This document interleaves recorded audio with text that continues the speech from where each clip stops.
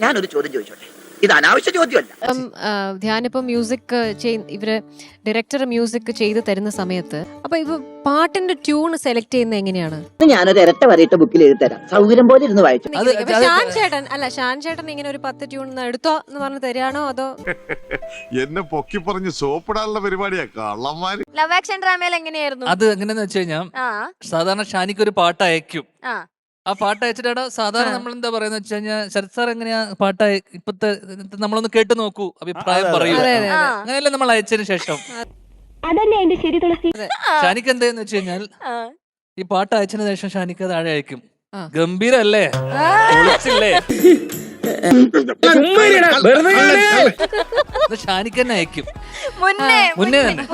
ഈ പാട്ടിന്റെ താഴെ തന്നെ പൊളിച്ചില്ലേ, സൈക്കോളജി എങ്ങനെയുണ്ട്, ഗംഭീരല്ലേ. അപ്പൊ നമ്മൾ എന്ത് പറയും?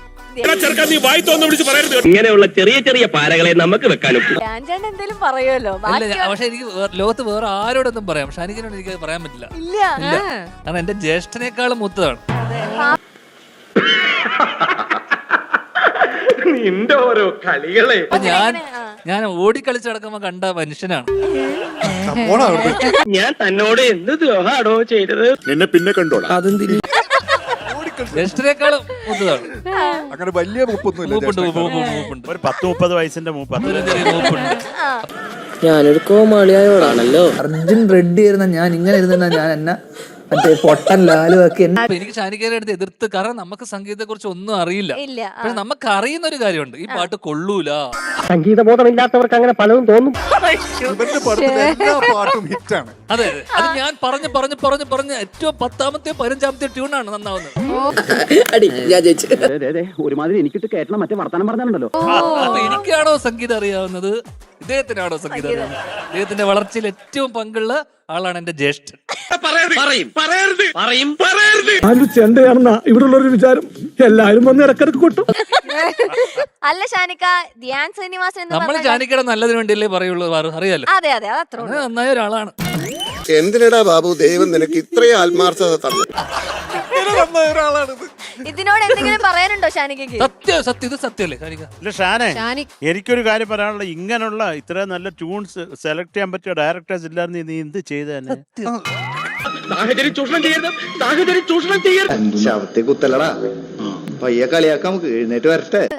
ഷാനിക്കൊക്കെ പോലും അറിഞ്ഞൂടാ അത് എങ്ങനെ സംഭവിക്കുന്നത്. മാജിക് വൈറൽ കുറെ വൈറൽ കണ്ടന്റ് കൊടുത്തിട്ടുള്ള ഒരു ഭീകരവാദിയായിരിക്കുന്നു. പുറകിൽ പല സംവിധായകരുടെ കണ്ണീരും.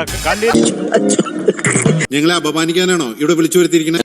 ചില കാര്യങ്ങൾ പറയാനുള്ളത് സാർ, എനിക്ക് ലവ് ആക്ഷൻ സമയത്ത് എനിക്ക് ആക്ച്വലി വേറെയും കുറെ പാട്ടുകൾ അയച്ചു തന്നിരുന്നു.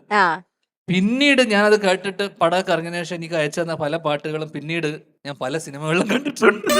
എല്ലാം എന്നെ കൊണ്ട് ഇത്രയൊക്കെ പറ്റുള്ളൂ. വളരെ മാന്യമായ രീതിയിൽ ഞാൻ മുന്നോട്ട് പോയിക്കൊണ്ടിരിക്കുക. മാറ്റിക്കരുത്.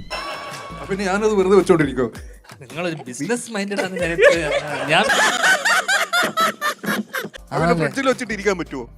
പെൺഡ്രൈവിലാക്കിട്ട് 110 KV ഷോക്ക് അടിച്ച് വരണ്ട് കരിവാളിച്ചതുപോലെ ആയിട്ടറിഞ്ഞാൽ എന്റെ മാനം, ഞാൻ ഇത്ര നാൾ ഉണ്ടാക്കിയെടുത്ത എന്റെ പേര് എല്ലാം പോകും. വെള്ളം ഇറങ്ങാതെ ചാവൂടാ.